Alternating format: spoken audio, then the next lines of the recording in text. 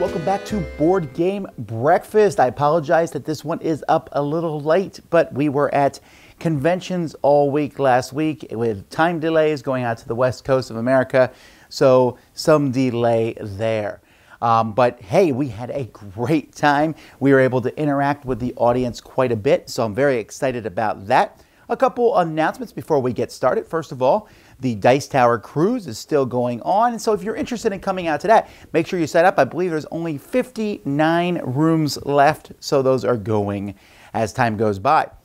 We were at the Gamma show all week, except at the end of the week, we were also at MeepleCon. Gamma is a trade show that different companies and publishers and distributors and designers go to, and we did some live coverage from that all week long, but also as the week went by, at the end of the week, we went to MeepleCon, which is just a place in Las Vegas where people got together and played games. And we got to meet a lot of you guys there, and that was super fun. And I really appreciate all of you guys who came up and said hi to us. It was really friendly, and we had a big blast playing games there. And hopefully we'll have a chance maybe to go by there again next year. Today, there's going to be a live Q&A. I'll have Sam and Z join me. That will be at 3:30 p.m. Eastern Standard Time. So keep an eye out for that. And let's see. Week in review. Where is it? Wasn't there last week. Wasn't there this week. Because of the different, us going to Gamma, and we didn't publish as many reviews as we normally do during those 2 weeks. There is no week in review last week or this week. It will return next week because we do have some reviews coming for you this week. Okay, well, lots to talk about. I mean, a lot. So why am I talking here? Let's continue.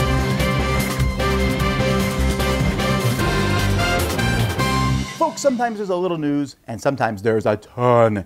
This is one of those weeks because of the Gamma trade show.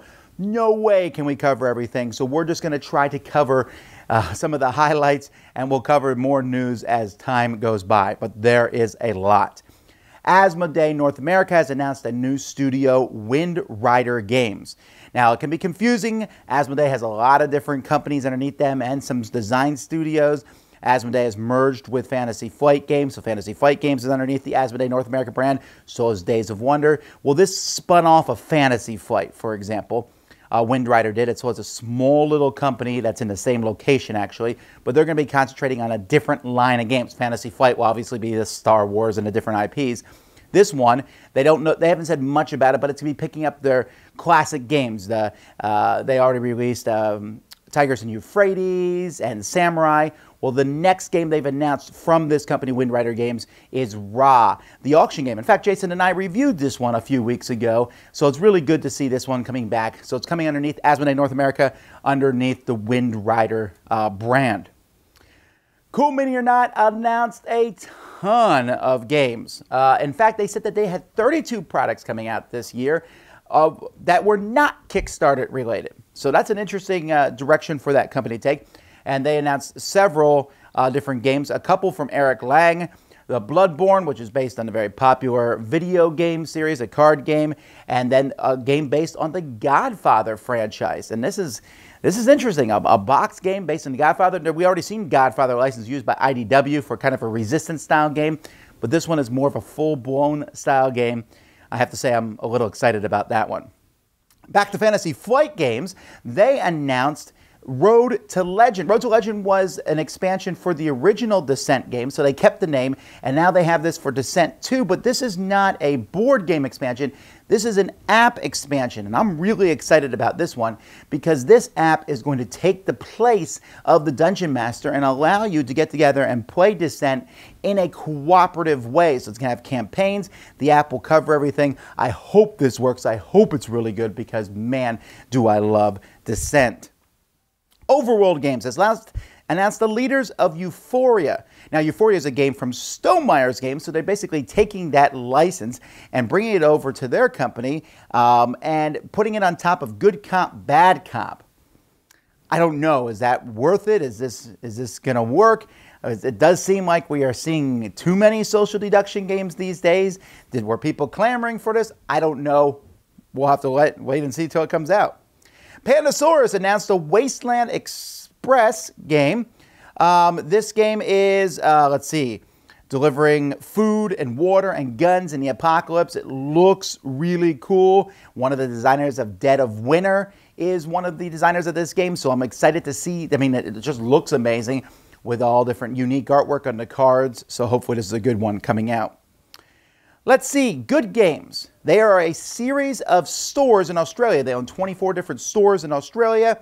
They are now opening a game company. They kickstarted, I believe, Monstrous last year. That is now out, and they're bringing it to U.S. as well as it seems like they're also going to be bringing some retail stores to America.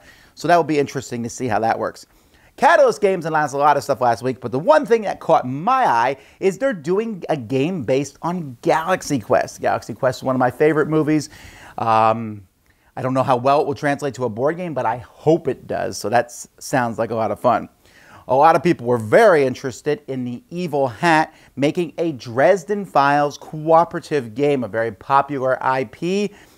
Evil Hat has not done a ton of stuff in the board gaming / card game realm, so we'll have to wait and see how this one does, although we will have a preview on that in the coming weeks. We saw the board for Pandemic Reign of Cthulhu, and it was not what I was expecting. There's miniatures. It looks very different from Pandemic. We thought it was going to be minorly different, but it looks like they took Pandemic and then really messed with the system. I don't know much more than that. I hope that by the end of April, I'll have a chance to at least play a preview of the game and talk to you guys more about it. But I'll tell you what, I was kind of about it, but now I'm starting to get a little bit more excited because it looked that good. Speaking of Cthulhu, Indie Card and Board Games has announced don't mess with Cthulhu. So there's, they also mentioned a whole bunch of other things coming out, and they're still doing the social deduction games like Coup and Resistance and such. Asmodee announced several different things, as I mentioned before, but one thing I think that got people excited was an expansion for Mysterium. Also, no one was surprised. Steve Jackson had some very surprising announcements. One was they have a normal-sized version of Ogre coming out. They also announced Ogre Objective 218, which is based on the Your Move game, Battle for Hill 218, which was a small two-player card game, which was a kind of a fascinating, very strategic game. And I'm glad to see this one coming back with the Ogre theme. I think that will work pretty well. Their biggest announcement by far, though, was the fact that they have a Munchkin CCG coming out. Now, baby, are you kidding me? Okay, first of all, yes, money. But secondly, Eric Lang is the designer of this. Yes, I know. It seems like we're talking a lot about Eric Lang, but this isn't because he's my favorite designer. It's because he's dominating the American industry right now with games being published by many different companies. He told me he wanted to take Munchkin and make it good. A good game. I hope so. Now, it's the CCG method with rares and stuff, so some people aren't going to like that. But I think this might be big because there's a lot of Munchkin players out there. There's a lot of Eric Lang fans out there. And then there are people who are curious. I'm certainly hoping it's a good game. Portal has announced Crazy Kart. This is a racing game where there's two people working on a kart at the same time. So you got to work with your partner. It looks fun, and the artwork also looks great. Yellow announced a whole slate of games. The one that really caught my eye is Shotten Totten. We just talked about this. Last week we did our top 10 card games, and Battle Line was one of mine, which is the same game as Shotten Totten, which was the original one. And as so often happens in the board game industry, we have the original Shotten Totten going to Battle Line, going back to Shotten Totten again. But this is a great card game, so look for that. AEG has just released the Smash Up expansion, It's Your Fault, where the fans got to vote on which factions were in it. Well, now they also announced Cease and Desist, which is basically they took very popular IPs and then parodied them. We got Star Roamers, Star Trek, Astro Knights, Star Wars, Change Your Bots, Transformers Go Bots, and Ignobles, Game of Thrones. I had a chance to look through the cards. There's some really hilarious stuff in there. If you like any of those franchises, you will enjoy just the kind of the tongue-in-cheek stuff. And actually, you know, Smash Up's a fun game, so more factions is always good. Some non-Gamma related news. South by Southwest announced their Game of the Year, which was Pandemic Legacy. Will Pandemic Legacy sweep all the Game of the Years? Who knows? But they certainly got this one. Woo! So much news, and I still have so much more to tell you. But for now, let's get to Kickstarter news.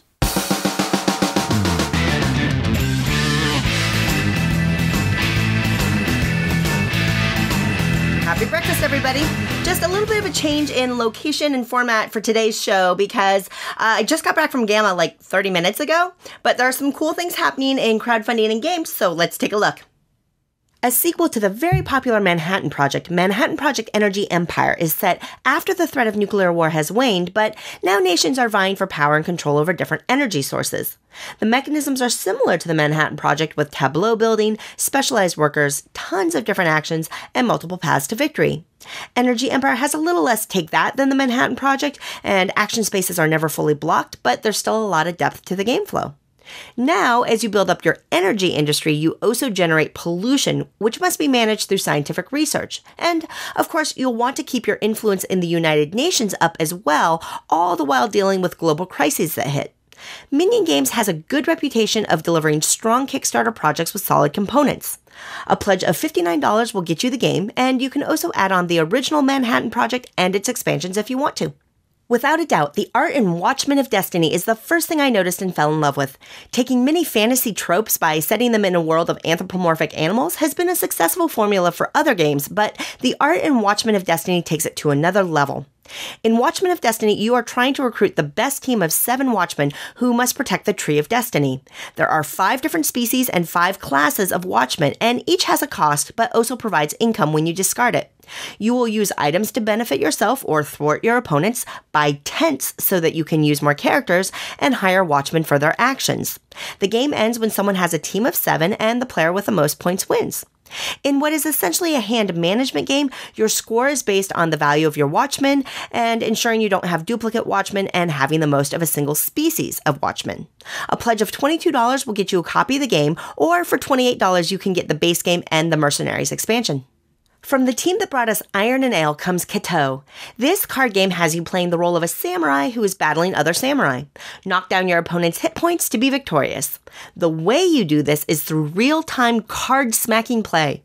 Basically, hit location cards represent different strike locations on a samurai. When a location is called out, you want to be the first player to hit that card. To enhance the speed game mechanism, you also build up a personal tableau of combat cards that can help with defense, attack, or combat flow. You determine on which virtue location, basically a dice value, a combat card will go. After each combat, dice are rolled and any combat cards that are triggered take effect. Seethe has a high likelihood of some hand slapping, and speed is absolutely the key element to the game, which some people love and others dislike. The art looks great, the gameplay is simple, and a pledge of $18 can get you a copy of the game. In Emergence, an artificial intelligence has taken over the world. Players are either operatives for the AI or humans trying to infiltrate to take the world back. But unlike other team deduction games, this hidden role game adds a board element that involves resource collection as you take actions to either suss out your team members or gather resources, which will then turn into knowledge points that will help your team. I'm a fan of modern graphics and games, and the sleek simplicity of the look of Emergence is really appealing. Fair warning that this is the first big project for Liminal Games, but it seems like they've well researched the production process and they're offering a satisfaction guarantee. You can get a copy of the game for a pledge of $39. And now for something completely different. Yakitori is a worker placement game, although at first glance you might not guess it. Yakitori is a game about the common Japanese grilled snack, which is an uncommon theme for sure. Dice are used as workers with their values influencing turn order on the 4 different available actions, with the ultimate goal of having the most money after buying supplies, cooking, and selling your yakitori. There's a market element to the game as you procure your raw food goods at hopefully low prices, but timing matters since prices go up as demand does, and that reduces your profit on your final sales. And of course, you have to cook your food, with meat and vegetables scoring differently based on their location on a skewer. And each round, food slides up the skewer, indicating it's cooking more, which could mean you get more money for it, but you also risk burning it. The skewers may seem gimmicky, but they're incredibly thematic, and Yakitori incorporates them into the game's mechanisms with the way the timing of the food cooking works. Yakitori will be made of laser-etched wood, so a pledge of $59 will get you the game. But there are a few no-ship options that may help you reduce your cost. All right, that's all I've got for you this week. And to everyone who watched and chatted with us during the Gamma live stream, thanks so much for your support. Until next week, play all the games.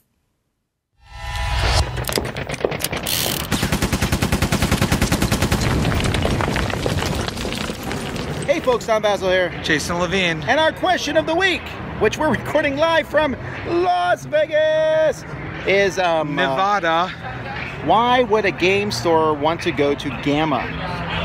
Well, I think that the reason you go to Gamma is because you get exposure to all the different publishers. You get to see what games are out. You could order for your store. You can find out what's good for your store and order the things that are good. I think it's very important to know what the product selection is, especially if you're a game store. You don't want products sitting on your shelf, so you want to buy the things that are hot. And the only way to find out what's hot is to get the vibe at Gamma. Also, when you come to Gamma trade show, you can learn from other retailers. A lot of retailers come here and put on different seminars and say, this is how I do things, how I do inventory. And they also give you like $1,600 worth of free games to come. And there's also, you know, woo! Oh, and Chaz. Hi. Yes. There's also Vegas, the Strip, which is pretty good too. Sorry, there's a lot of smoke in the air, so my eyes are irritated. So don't come for the smoke. My eyes are getting irritated from the smoke. But yes, I think, you know, if you come to the show, you really do learn a lot. You learn about like how distribution works, and you know you get ideas from other stores on what they purchase, like the bigger stores. And then if you have a little store, it'll be nice for you to figure out what you want to do. I think it's a great little trade show. It's not a convention, it's a trade show, but I think it's a very important one if you want to be on the pulse of what to buy for your store. Now, we've gotten a lot of questions from you guys, okay? We asked for questions, and I got like 60 questions. And we will start answering those next week. Until then, I'm Tom Vasel. Jason Levine, the gaming machine, although I didn't game that much here. Hey, this is Mike with the Board Game Makeover. In this episode, I'm in Las Vegas, Nevada at the Gamma Trade Show, where I was fortunate enough to go with a friend who has a game company and help him out, but also check out what's going on around the Gamma Trade Show. And also, Dice Tower crew is here, so I kind of get to see what they do, maybe learn from them a little bit, and just have a great time overall. I'm going to show you my box of 10 travel games, and that includes a smaller, micro-sized version of Splendor. I'll show you how I did that. This is my travel box. I have 10 travel games in here, and I'm going to show them to you. Tides of Time, Welcome to the Dungeon, Belle of the Ball, Dead Man's Draw, Tiny Epic Galaxies, For Sale, Codenames, a version of Love Letter, Longhorn, and finally, my downsized version of Splendor, which I'm going to show you next. This is my travel-sized version of Splendor. I made it micro-sized so that it would fit into a quart-sized plastic bag. I reproduced each card into a ticket-to-ride size, which I think is the perfect travel size. The bonus cards were also shrunken down to be proportional to these cards. And these are mini poker chips. And I went ahead and painted each one the same color as the original chip. I also added the emblem to each one of them, both sides of course, and polyurethaned them to make them look shiny. They feel great because they're real poker chips, just the mini size version, and this makes this travel game much more fun to take with you and easy to set up and play. So when you travel, you kind of got to pick and choose what you take with you, and I had to do the same thing. One game box full of 10 games is all I needed, and I'm having fun with it. And if other people bring games too, so I can always maybe join in on a game they're playing. Thanks for watching the Board Game Makeover. We'll see you next time. Hey, welcome to the 101. One of my favorite videos to make is when I take all the wonderful letters and all the wonderful pictures that you guys send to me and I put it all into one video. So, hey, let's take a look at this month's video.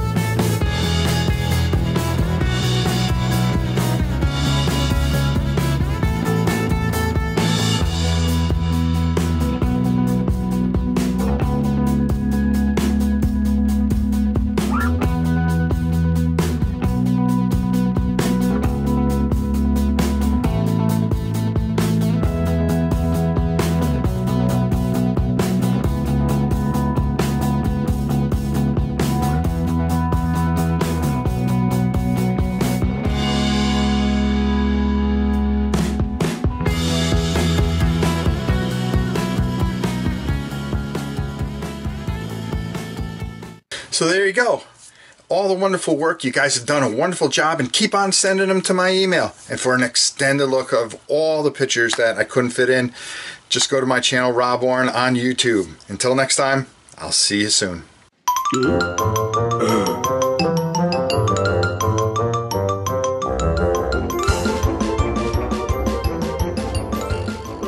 Alright, so what's coming from the Dice Tower this week? Well, first of all, as you noticed, at the Gamma Trade Show last week, we did a lot of live streaming. If you haven't watched that, my team did such an amazing job. I was really happy. You can go back and you can watch us interview the different folks, and then there was a live Q&A with each of the different publishers after we were done interviewing them. We are going to take each of those interviews, and we've had 2 cameras on them, and we're going to be editing those, and several of those will be up this week. I'm not going to say all of them because I believe we did 60 plus of them. So many of those are going to go up this week. But there's also going to be Board Game Blender coming up this week and a surprise top 10. You'll have to wait and see on this one, but it's one that I had a lot of fun putting together. Alpha Best. There's a good chance there will be reviews this week. Well, not a good chance. There will be several reviews this week from many of our contributors. From me and the other guys, you'll have to wait and see because we have a lot of different things we're putting together. Don't forget, of course, our website, Dicetower.com. There are lots of great podcasts at Dicetower.com. Part of the Dice Tower Network, and they're pumping out content all the time. Every week you can go there, click on podcasts, and see the latest shows. Eric and I will have a show going up this week where Eric went around the Gamma Trade Show and just talked to different people and has a lot of different content. So that one's going to be exciting to, hopefully, for you guys to listen to. And there's more than that, so check all that at Dicetower.com. Let's move on.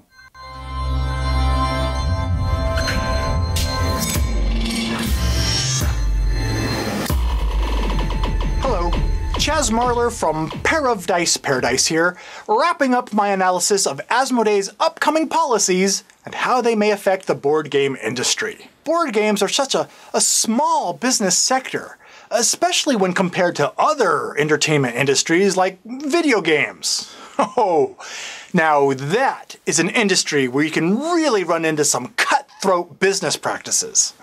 For example, in the late 90s and early 2000s, I worked as a web developer for a video game studio. Now eventually, our studio was bought up by a parent company, Vivendi Universal. Now, following their acquisition, Vivendi Universal sent some business development managers and evaluated each project that was in production. And then pulled the plug on most of them because, presumably, executive financial planning and analysis suggested that using those projects as an expense write-off rather than completing those games and bringing them to market, was actually more profitable for Vivendi Universal in the short term. And then, soon after, in August of 2001, Vivendi Universal shut down the studio completely, killing off all the projects that were still in production right along with it. Now obviously, those involved couldn't help but get the feeling that the parent company cared less about the games than it did about finding the best method to wring as much money as possible out of those games before discarding their drained husks. Well, fortunately, the board game industry doesn't treat its properties like the electronic game industry does. Right? The website ICV2.com recently interviewed the CEO of Asmodee North America about their new policies, who stated that, quote, Asmodee's job is to facilitate success that does not come at the expense of online specialty retailers. Well, that was reassuring, until shortly later in that same interview, when asked if they expected their policies to reduce the number of online retailers, the CEO answered, yes. Now, I believe that board game designers and publishers care about the health of the industry, and I'm not saying that the executive level officers of board game companies don't also cherish the same things. But the policies like the ones introduced by Asmodee, a parent company that recently bought up Fantasy Flight and Days of Wonder, those types of policies usually come from higher up, from people like Asmodee CEO Stephanie Carville, who even has a background in the gaming industry, serving as financial planning and analysis director, business development manager, and CFO of eBrands of Vivendi Universal from 2000 to 2003.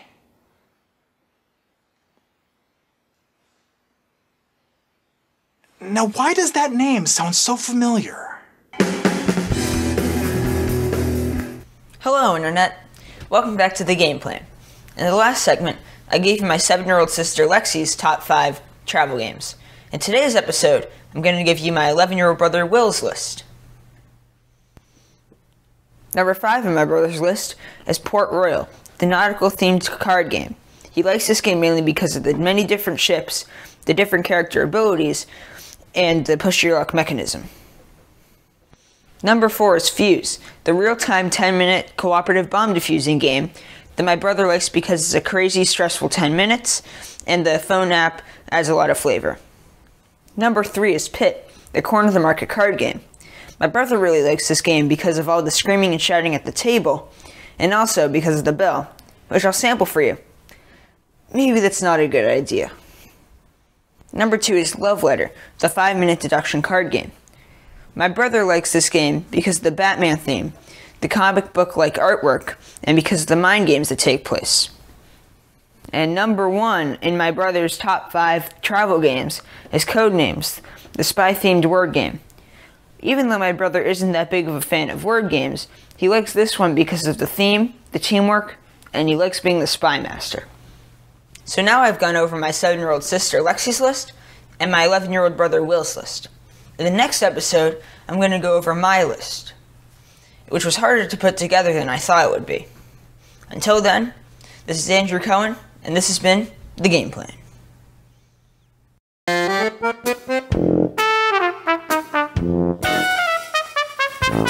Niels is back, Cyril's Brettspiele, and the best and the worst for Legends of Andor Cosmos Games. My favorite part on Legends of Andor is by far this cool themed storytelling aspect.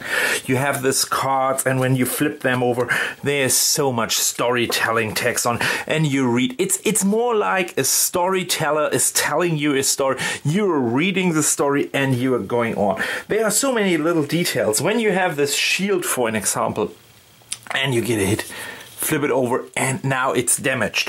When you have this hawk and you send him out, he's away. When you have these drinks here, for an example, and you use them, they are half full or the thing is exhausted. You have a helmet. All of that is so cool. You have these towers here. Thematically, a brilliant story. It's more a story. It's more like reading a book than playing a game. On the other side, like in a book as well, so when you read the plot and you got all the plot twists, you know the game and you know all of them, so the replayability is a little bit low, but even more dramatically, if you played that once with a group, that's fine. If you replay it a second time, it's okay. But playing again and again and again, the same story is boring. So the replayability is the backside of that cool thing. Okay, that was my personal best and worst for Legends of Andor. Niels, Cyril's Brettspiele. See you next time. Bye bye.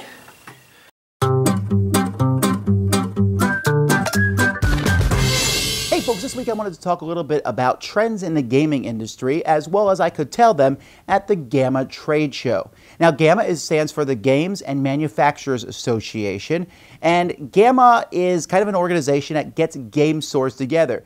GAMA is run by a board of directors from the different gaming industry. There's publishers on the board, there are different people involved in the industry and the board. Then they hire a director who runs both the GAMA trade show and Origins. That's John Ward. Here's a little bit of him from the GAMA trade show talking about GAMA. What does GAMA do? We support the membership. I'm hoping everybody in this room is feeling supported right now. We're providing training, education, opportunities to network, ways to help you build your business. That's the mantra of this show. Training, education, support, programming, and events.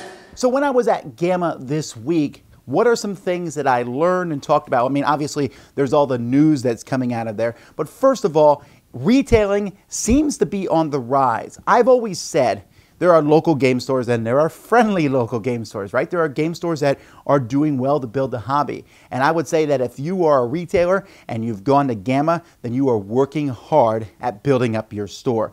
So many retailers went there. There was a huge increase from the previous year. That's a good thing. That's a sign of growth in the hobby. And we're just seeing more retailers are popping up around America. Yeah, sure, some retailers are dying out and stuff, but I think the bad stores are going out. The stores that are growing are showing up at GAMA. And we're also seeing more retailer involvement in the hobby. Even over the course of 4 years, when I go to GAMA now, many of these retailers know who I am and they talk to me. Well, the first year, not so many, because more retailers are getting involved in the internet aspect of the hobby and, you know, what's going on, and they know more about board gaming trends and RPG trends and miniature trends. And I think that's really healthy for the hobby.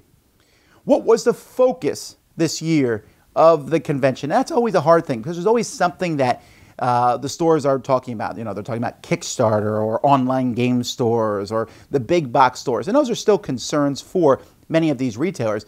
This year, though, it seemed like the hobby was focusing on organized play. Almost every publisher who was talking or gave some sort of thing was talking about organized play, how they can bring tournaments to your store, how you can run tournaments for those games. And the retailers seem to be excited about that because now here's an alternative. How do you compete with online game stores? How do you compete with Kickstarter? Well, part of this is by having these organized play tournaments where you can have sometimes exclusive content that stores can get that you can't get anywhere else for winning or participating in tournaments. And a lot of retailers were excited about that. And again, having these tournaments at stores is another way to help grow the hobby, so much so that we've even seen Barnes & Noble doing it. GAMA itself is becoming more important in the hobby itself. There is a new board of directors, which you can really tell the difference now. GAMA was kind of becoming an old boys club, and there's still a few people involved with GAMA that are still kind of part of that old boys club, but they're now moving forward. They're now saying, how can we make changes? We're seeing changes made in the Origins Awards. Over 3 years, there's been a revamp where they just narrowed down the focus to 7 awards rather than the 20-some awards. So instead of having a weird best children family party game, now they just have best board game and best role-playing game and things like that. You'll see more of that coming out at Origins itself. But there's just a lot, they're doing a lot of training of retailers. Again, retailers go there and there's peer-to-peer training where a successful retailer will get up and say, hey, this is what I did. This is how I manage inventory. This is how I deal with distributors. And it's really helpful. Again, I cannot emphasize enough, if you are a retailer and you're not going to GAMA, you need to go because there's just so much that you can learn there. The publishing trends that I noticed at the GAMA trade show. First of all, we're seeing that some publishers are using Kickstarter, although they're very careful not to talk about Kickstarter at the GAMA trade show because retailers aren't as big of a fan of Kickstarter. Or when they do, they say, hey, there's a retailer, a way for stores to back it. But for example, some of the publishers are even moving away. They're not using Kickstarter as much. One of the big news was Cool Mini or Not with those 32 titles that are not Kickstarter. Cool Mini or Not was made by Kickstarter. They're still going to use Kickstarter for their stuff with miniatures, but the things that don't need as many miniatures. So that's interesting. Turtles. Yeah, the Teenage Mutant Ninja Turtles is the hot topic of the day. We're seeing a few companies making Turtles games. WizKids has the Dice Masters game and IDW with their Turtles game. And that was definitely not just Turtles, but licensing in general. All kinds of stuff is being licensed. And it used to be, licensing, not a big deal. Licensing is a big deal because they are taking licenses and making really good games out of them. Sure, there's still games that are not that impressive from licensed, based on licenses, but there's a lot of good ones too. Media. Hey, I mean, this is a bit of self-survey, I guess, but GAMA was really focused on, they brought us in, they brought in Board Game Geek to get out that information. I still remember 5 years ago saying, there's this GAMA trade show? And I would see a few pictures like, wow, they're talking about games, but what are these games? What's there? Now, that news is, GAMA has become announcement headquarters, and there was so much exciting, interesting news that came out of last week, and everyone's going, and it's just this big excitement. It's like, here we go, 2016 starts now, and I love that. We're seeing some consolidation in the industry. Obviously, Asmodee North America is buying a lot of companies, or has bought several companies, but they're not the only one. F2Z is doing so. Cool Mini or Not is moving up. Steve Jackson is still seeming to grow. Geek Chic, and we're seeing different mergers. Geek Chic bought Crash of Games, and We saw Mr. B Games merge or get another company, and we're seeing a lot of this. And one of the publishers told me he thinks that we're moving to a point where there's going to be 6 or 7 larger companies that have a big chunk of the industry. I don't know if that's good or not, but that's definitely where we're moving to at this point. There's also a movement away from exclusivity. A lot of publishers had exclusive deals with certain distributors, and we're not seeing nearly as much of that right now. And everybody is watching Asmodee North America. Love them or hate them, and you can see Chaz's opinion of Asmodee. You can see our interview with them. And there's a lot of, certainly, everyone, what's going on with them right now, but they do have a good chunk of the industry, like 20%, I think, right now, which is a big chunk of all this stuff coming out. And what they do is going to affect the industry for good or for bad. And so everyone there was like, what are they doing next? So that's interesting to see where that goes. Our coverage of the convention, folks, again, my team did an amazing job. Go back and watch those live videos when you get a chance, because I found it, they were fascinating. We had a wonderful people, and I want to thank Sam Healy, Jason Levine, Z Garcia, Suzanne Sheldon, Chaz Marler, and Eric Summer, because those guys were amazing. I spent most of the week at Gamma running around, meeting with publishers and distributors and doing a lot of administrative stuff for the Dice Tower, and these guys just turned it up to 11. They were on point. We got scoops on air. They were interact with you. If you weren't involved, and I hope maybe next time you will be, we're going to try to do the same thing at Origins this year. I don't know if we'll be able to do it live yet. It depends whether we can get some live streaming there. But if we can, we're going to do the same thing. And you saw our setup certainly has changed. It's just very exciting for us. And we're glad that Gamma was able to let us come in there and set up like that. And we'll see where this leads in the future. You may see us do similar things at other conventions. I'm very excited about where the future stands in regards to the Dice Tower with reporting. But Gamma was a lot of fun, and there was a lot of experimentation we tried at Gamma, and I think it paid off. And a lot of that is due to you guys, to the Kickstarter, and to you guys just watching our stuff, and I appreciate that. So check that out. All in all, the Gamma Trade Show was very exciting. I went in there, and there's, of course, some things you're like, ooh, what's going to happen in the industry in the future? But I don't believe there's this bubble. I believe that we're just growing and growing. Now, that may plateau at some point, but it's not going to happen in 2016. This is a super exciting year. I'm glad you're along for the ride. Let's keep going. Something really cool to show you, and that's the Game Canopy. This is the best gaming bag, and I believe they said the best gaming bag you've always known you've needed. Now, I'm not sure that's true, but I know that people are always talking about gaming bags. Now, this is coming to Kickstarter, I believe, in April, and it's going to retail for 80 or 90 bucks, which is super expensive. So our question is it worth it? You can see here that it has a handle, and the way this works is there's these zippers here on the side, and you can open it up like this, and then it opens kind of from the side, and you can see all your games there like that. Now, I put in these square games here, like the Ticket to Ride size, and you can see that I got 5 of them in here, with one of them is a little thicker than normal, Escape, so I could have probably fit in 2 of those thicker ones. There's some give here at the top, or you could put smaller card games. They have a pocket here on the side to put some stuff in, and on the other side also. The quality here is exceptional, and this is one of the color combinations. This is the one I thought was the most interesting. Is it worth that much money? This is where the sticking point's going to be, because I'm not quite sure. Would I pay $90 for this bag? I don't know. At the same time, it's really good quality, and it's like the perfect gaming bag. It really is cool. You put your games in, you zip up the sides of the bag here, like this, and it has nice padding on them. It's easy to carry. It's a nice, you don't have to worry about your games sliding around in it. It looks really good. It's high end. This is like the geek chic of game bags. If you think this is cool, keep an eye out for this one. It's the website currently for this is level3b.com. They told me it was going to be going to Kickstarter in early April. So if you think this is a cool idea, check it out. Again, it certainly is pricey. But if you're looking for a high-end cool game bag and you're tired of using, bags from grocery stores or IKEA or whatever.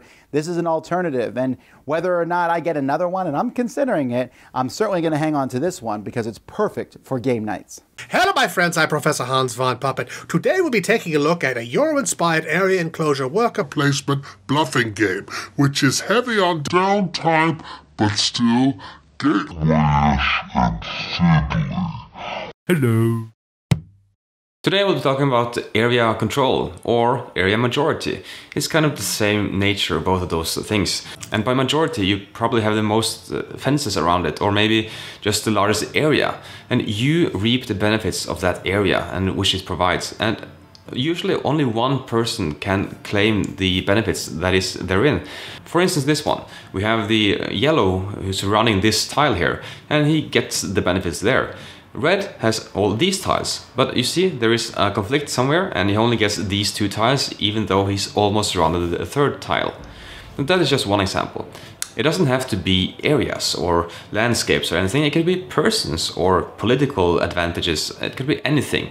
Just have the most workers there or the most tokens there and you will have the control of it. So area control is kind of in the name. Control the area. And you do that by majority of force. The best example might be Löwenhart or Domain for some other word, where you actually build a fence and expand your areas. Or it could be like Samurai, where you kind of surround the area you want to control, but it's the value of the pieces you're surrounded with that matters, and which token it is. And to keep with Reiner Knizia, we have Takras and Euphrates, where you have the majority of forces in each of these cities, and you compare those when there's a war going on. So area control is kind of simple to grasp because it's in the name.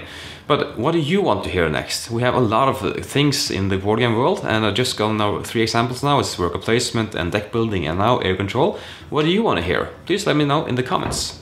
Well, I hope that cleared things up for you. Until next time, have fun gaming. And that's it for another Board Game Breakfast, folks. Thanks so much for watching our show. I'm really excited about what's going to be happening this week and next week. We're going, baby! 2016, lots of exciting things. We'll see you back later on for the live Q&A. Until next time, I'm Tom Vasel, and you've been watching Board Game Breakfast. Thanks for watching Board Game Breakfast.